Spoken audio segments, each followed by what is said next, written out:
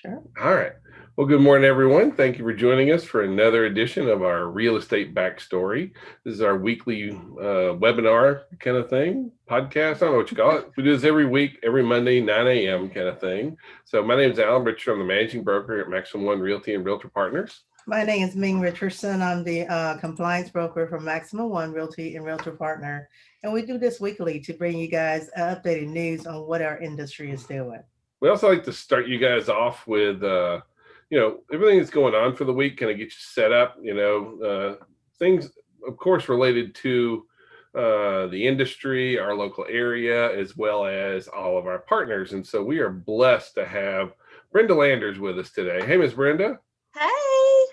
So now Brenda is a wonderful partner for us. Brenda's with High Priority Plumbing. So you want to tell us a little bit about yourselves and all that kind of jazz. This is your 15 minutes of fame. Well, a couple of minutes because we got to get going. So well, hey, good morning, everybody, and thank you, Alan and Ming, so much for this opportunity to speak with your team. So we do residential and commercial plumbing, and we do 24/7 emergency. Any kind of plumbing issue, we can help. We have guys on the ready, so we usually can come fairly quickly. And we try to always make it a priority. If you're looking at closing, when you call me, let me know so we can get you on the agenda much quicker, so we can take care of everything. Also, something that your agents might not know is that we work with realtors. So if there's something that needs to be repaired before closing, we can take care of that and take payment after the closing or at the closing table. So we do that. It doesn't have to be paid right away.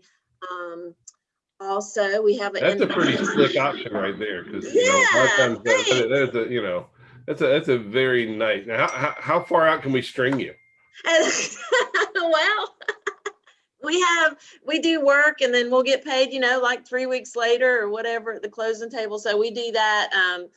So we're happy to do that. We love our real estate partners, and it's just a joy to partner with you guys, because you guys are the heroes, right? Making dreams come true, especially right now in these days. It's good to have some help someone have a new home, and so that's super cool. We love working with you guys. But I guess that's about it. We just added septic, which is super exciting. And so we were getting lots of calls, and we were referring that out to other septic companies. And then we thought, well, maybe we can offer that and offer the same service. And so we stepped out in faith, and we have 2 trucks now on the road. And so we definitely love to get that done. Normally septic companies, there's wait, it takes a while. There's such a long wait. So that's the reason why we decided to kind of help. Brenda, I think you're the only person that calls septic exciting. So yeah, I know. I'm such a nerd. I'm a nerd. It's not that exciting to me, but hey, for you, that's okay. I'll let you go with that. So that works. I know. Hey, I went on our first septic job, and I went there. Hope you held your nose. Yeah, we were having a commercial film, and the homeowner was laughing at me so hard. He was like, "You better back up." I mean, I was kind of standing there. I was like, "Look at this! This is so exciting! We're helping this family! Oh my God!" And that homeowner was laughing so hard. And so anyway, yeah, I'm a nerd when it comes to plumbing. I got you. All right. Well, thank you for joining us this morning, and we're going to kind of jump into everything that we got going on right now. You're welcome to hang out with us and throw in if you have something to it, but we're just going to kind of run through the rest of our presentation here. So. Hey, really quick, Brenda, will you put your information in the chat box? Sure. So that will be recorded as well. Yeah.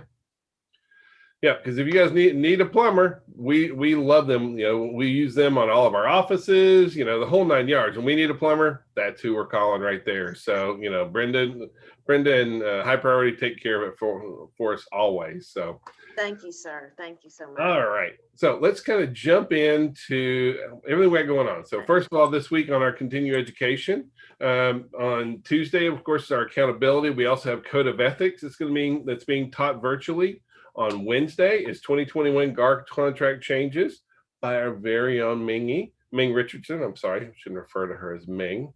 And then on Thursday is going to be licensed law for agents and brokers, and that's by Dana Sparks. So all those are what's going on this week. Also, we are kind of excited to announce that we are rolling out a brand new intranet. Max1works.com is going to be our new intranet. This is kind of a screenshot. We'll be rolling this out over the next week or so. We have been using Workplaces to fill the bill for a lot of that. And it really wasn't meeting up with our needs. And then they just changed a lot of things on there. And so we're looking for something that has a little bit more functionality for our agents. So this is going to allow us to do chat, have a full calendar on there, have an agent directory where you guys can interact with each other very easy. All of our training will be on there as well. You'll be able to interact with all our support. You'll be able to log into all of your different tools that you need as a realtor, Georgia MLS, FMLS, that kind of stuff, as well as be able to find those wonderful affiliates like Brenda will be listed under our affiliate section as well. So, and but that is kind of going to be coming out over the next week. And I know that, real estate backstory is kind of for everybody out there, but this is something that for our Max One family, we're kind of excited about. So we wanted to kind of throw that out there as well. But right now, one thing that we're seeing out there in the news is that there's a lot of people that are predicting a housing crash.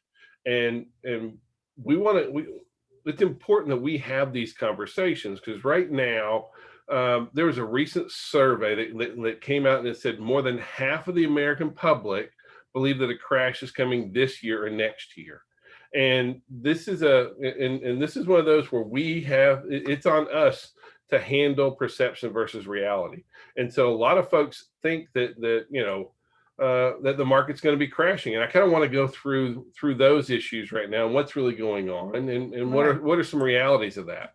And so, like last week, our initial jobless claims are still ridiculously high. 847,000 is still a very high unemployment number. Yes, it is moving in a positive direction, but I can understand how with the unemployment rates that we've seen, that seems like one of the indicators why we might be heading into a crash. But the reality of it is that the housing market is not necessarily directly correlated to the unemployment rate.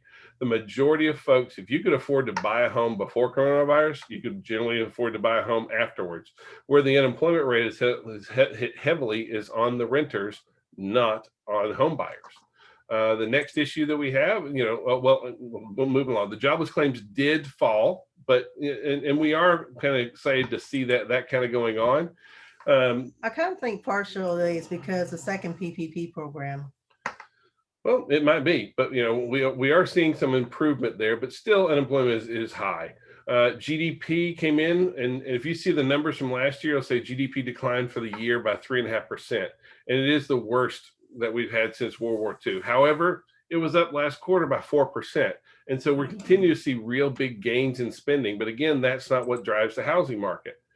Another thing that on our side, Georgia MLS released that 2020 was the biggest sales year ever of any time, kind of thing. With low inventory. Yeah, with low inventory, sales jumped 18.5% to $39.9 billion, almost $40 billion through Georgia MLS last year.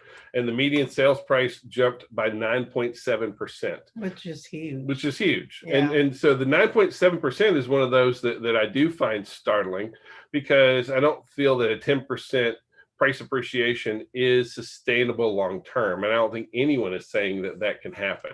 And so that is a legit concern, but that's why I think that we're going to start seeing not necessarily price softening, but we won't see the same gains that we have, kind of thing. Because if you look at, this is national data, not just in Georgia. Nationally, the median listing price is up 14.5%, and our total listings are down by 43%. And see, that leads us right into our supply versus demand. And we'll talk about more of that in just a second. But the other thing is that, home sellers right now in 2020 averaged nearly $70,000 in equity. And you can see what our historical home seller gains and return on investments are. And you can see for like the last 5 years, we've had some very nice appreciation. And the last 3 or 4 years has been really steady. So, one thing that I do know that concerns a lot of Americans is their kind of common sense folks. What goes up must come down, right? Not necessarily. And I'll give you some more information. So first thing that we got going on is interest rates. Interest rates are historically low, and the Fed is not going to be raising rates. Matter of fact, they met on Wednesday, and we'll touch on that again in a minute. And they're keeping rates, and they're keeping the current fiscal policy that they're running. The other thing is, if you look at where our mortgage industry health is right now, compared to like when we were in 08, because most of the time when people talk about a crash, they think of 08. And for us, things are very, very different than 08. First of all, our mortgage industry is so much healthier than it was back in 2008. Right. In 2008, it was kind of like if you had a pulse, we would find a way to get you a mortgage kind of thing. We were all Oprah Winfrey of real estate. You get a house and you get a house. If you get a pulse, you get a house too, kind of thing. Well, the thing was too that there were investors with no doc loans. So when you can't prove evident that these people can pay back, those are just poor investments. Yeah. And so that's not the state of our current mortgage industry. Next is supply versus demand.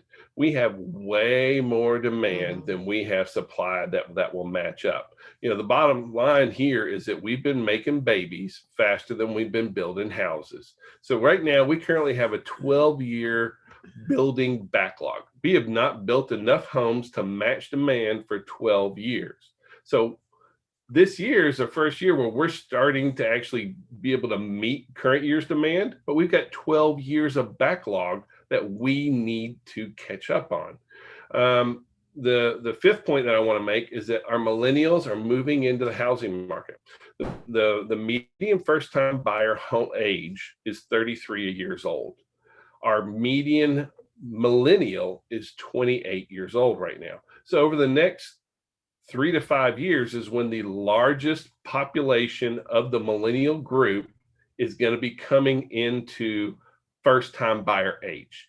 So we are moving into a time when we have more and more millennials going to be moving into the buying market just because they've kind of come of age. So, we have more millennials coming in at any time.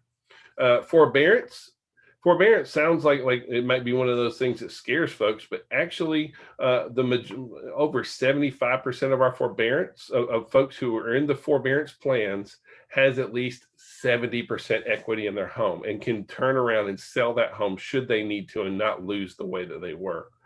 Also, we have very little cash out refinances in the last 10 years. During the last crash in the Great Recession or whatever it was in 08, there was a lot of folks that was leveraged. There was a whole lot of people that took out a lot of money in their houses, in the overall household in America. Right now, it is a quarter of where that was back in 08. So we are not leveraged out. As a matter of fact, 42% of all U.S. households are mortgage free, and 74% of U.S. households have over 70% equity in their homes. So next to last thing, savings. The amount of savings that the average American has right now, even with coronavirus, is 4 times where it was during the 08 downturn. And then the last thing on the very positive side is that we do have the coronavirus vaccines that are heading out right now. And I'm not trying to be, I don't want to get in the whole vaccine thing, but let's face it, that's a very positive thing for the real estate industry, because what the data is showing us is that the more that the vaccines come available, the more that people are going to be more comfortable listing their homes, and we need inventory. So I want you to have the tools that you need to have smart conversations about real estate with your clients. We have to lead this conversation. We have to be the ones that explain what's going on in the market, kind of thing. Because we've had people that have told us like, gosh, I don't want to buy now at the top of the market and then it turn around and crash next year. It's not crashing next year. Right. You're missing out right now if you don't buy. So, that's a very important thing that we need to really be pointing out. As a matter of fact, there was a recent study by HomeGain, and they said, to realtors, what do you believe is the biggest challenge in facing home buyers in 2021? And the biggest challenge is lack of housing due to low inventory, followed up by multiple homes due on bidding wars, and then price growth. So none of that is about the market crashing. And so we're all kind of along the same lines there. Part of that same study came out with a whole new study or snapshot of what buyers are loving and what buyers are hating. So first thing is, what do our buyers hate? So the very top thing that our buyers hate is carpet in the Carpet in the bathroom. bathroom. And here in the South, did you know that that's probably one of the most prevalent things? Carpet in the bathroom is more prevalent than wallpaper. And if you ask me, it's kind of creepy. But now when we bought our home, it had carpet in the bathroom. We had to change that out. So, that is kind of a big thing. Popcorn ceilings is the second most hated thing, followed by shag carpeting. Now, I'll be honest with you, I don't know when the last time I saw shag carpeting here in the South. These are national numbers kind of thing. After that, wood wall panels, we do see quite a bit of that. But I have seen a lot of seller has repainted the wood Yeah. paneling and had a couple of trends to kind of Yep. break it up. And it actually looks really good. Yep. After that, dated window treatments, like grandma's curtains, the ones that are like deep purple kind of thing. Dated light fixtures, ceiling fans, the bright brass is definitely out, followed by linoleum and vinyl flooring. Tile's pretty cheap these days. So those are what our buyers are really hating. What upgrades do they really want to see? What are they loving? And so right now, the number one kitchen upgrade is a kitchen island that our buyers want. After that, walk-in pantry. That's been something that's been steadily moving up this year with more and more folks working remotely, that kind of stuff. Drawer and cabinet space, backsplashes, which are actually really easy to do. Smart appliances comes in after that. Farmhouse apron sinks. I think that's a little bit of a trend personally kind of thing. As far as what about in the bathroom? Don't get rid of that double vanity in order to give some extra extra room on the countertop. Right. Double vanities is still the number one expectation or upgrade that folks want. So a lot of times we'll see where there'll be room for two sinks, but there's only one. If you got room for two sinks, put two sinks in. After that, rain shower heads, dual shower heads, linen closet and shelving. After that, we go with heated floors. Heated floors is definitely much more of a northern thing down here in Georgia. We're so close to hell, we can see the sparks. So how about on the deck of the patio?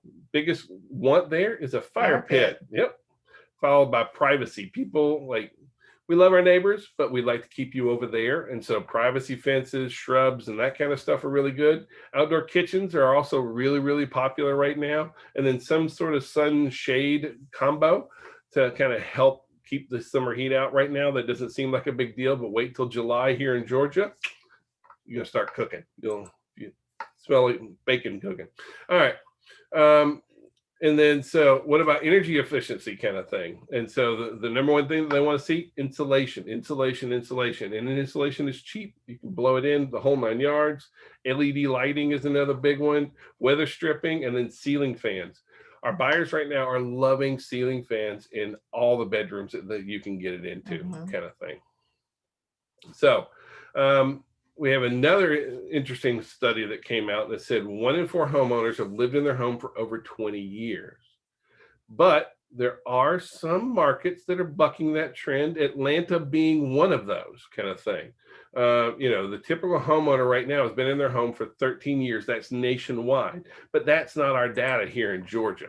And what we're seeing is that migration hotspots are places that have a shorter tenure. And so we have more people moving into the Atlanta area. Matter of fact, we're one of the top 5 destinations where people are migrating to. Charlotte, North Carolina, Orlando, Florida, Tampa, us, and then Sacramento, California, the top migration hotspots in the US right now.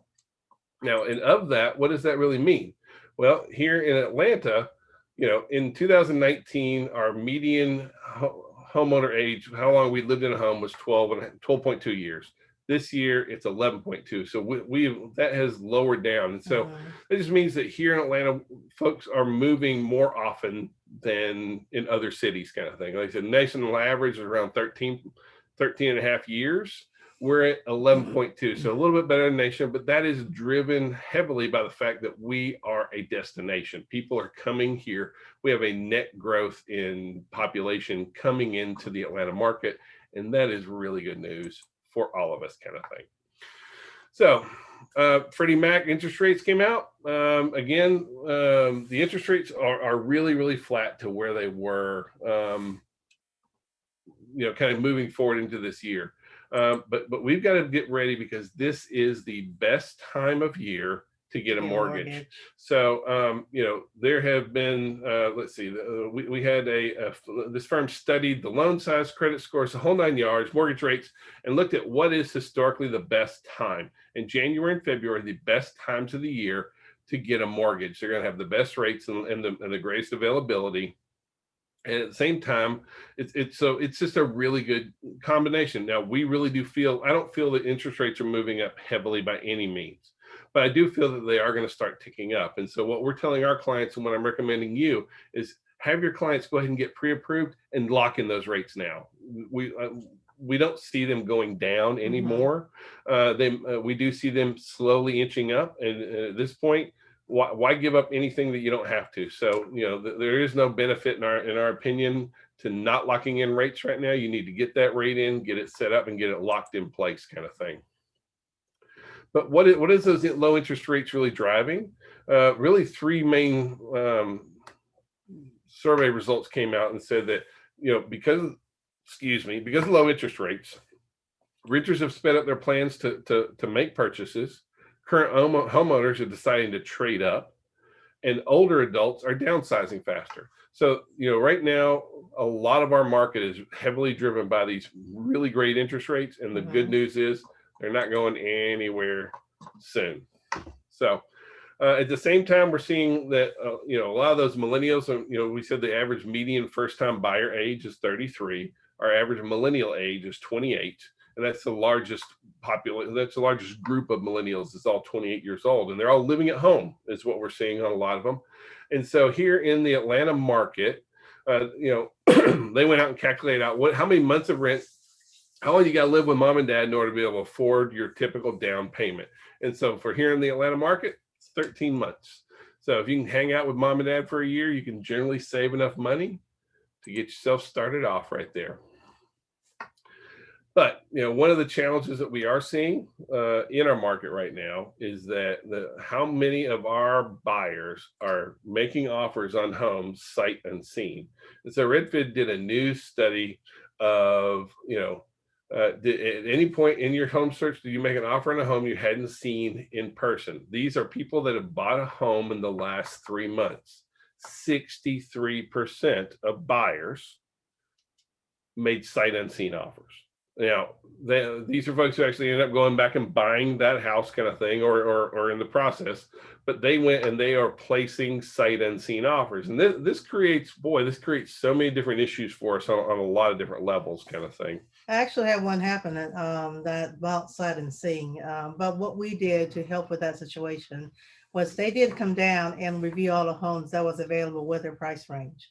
And there was one that did come online, and what we did is we FaceTimed, and I walked through the house. I pointed everything out. Yep. And so, they felt very confident because I knew what they wanted. And but we have to be very careful of this. We do. This worries me about the health of our industry a little bit, kind of thing, because blind offers, I'm just not sure that we're really doing our due diligence when we do a bunch of blind offers that much. It is a market reality for where we are right now, but it does put us in kind of a quandary of because sometimes we see agents that are not acting ethically and going out and putting out 15, 12 sight unseen offers on properties with no intention of actually doing it, and that really hurts our sellers on the seller side and how we're representing those clients. And then if the other thing that we see is that when you make a lot of blind offers, they get rejected, and then your clients end up losing out on so many other things, because I know that, like, on our listings, if you haven't looked at the property, we're not going to accept your offer.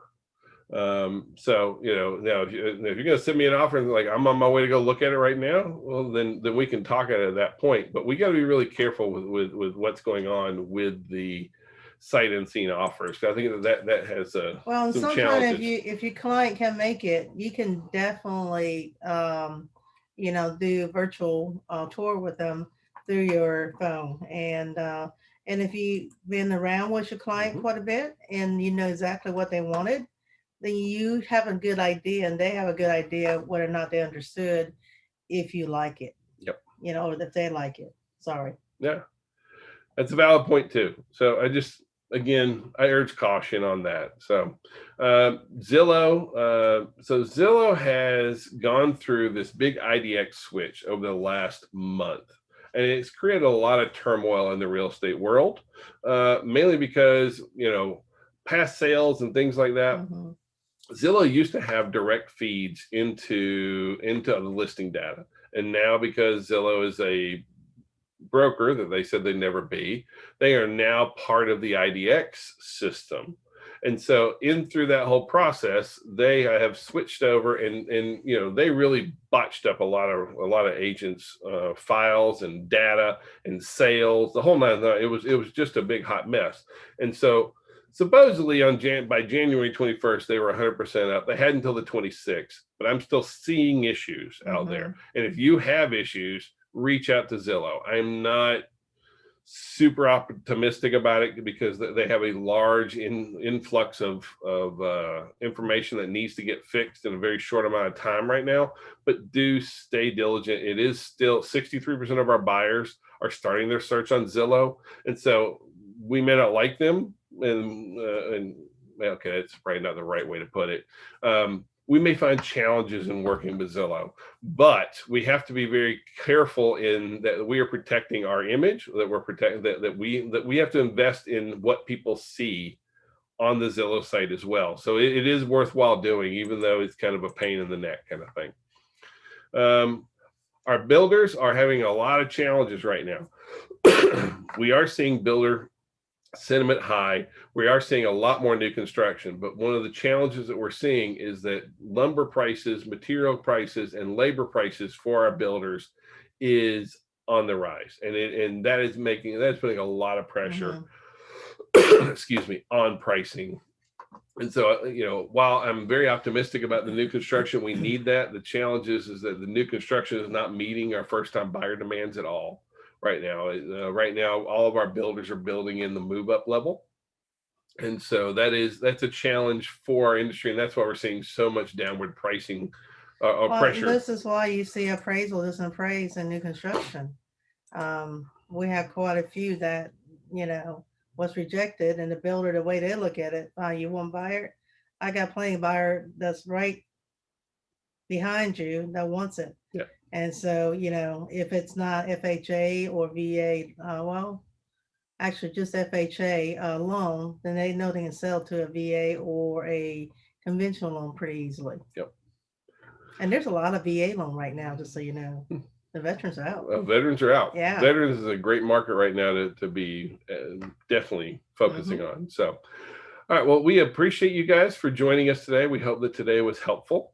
Today was kind of brought to you by coronavirus. We are not in our normal spot. So Ming and I have been out a little over a week now with the Rona. And we are blessed to not be nearly as bad as some other folks. But, like the only benefit I've got is I'm not wearing pants right now.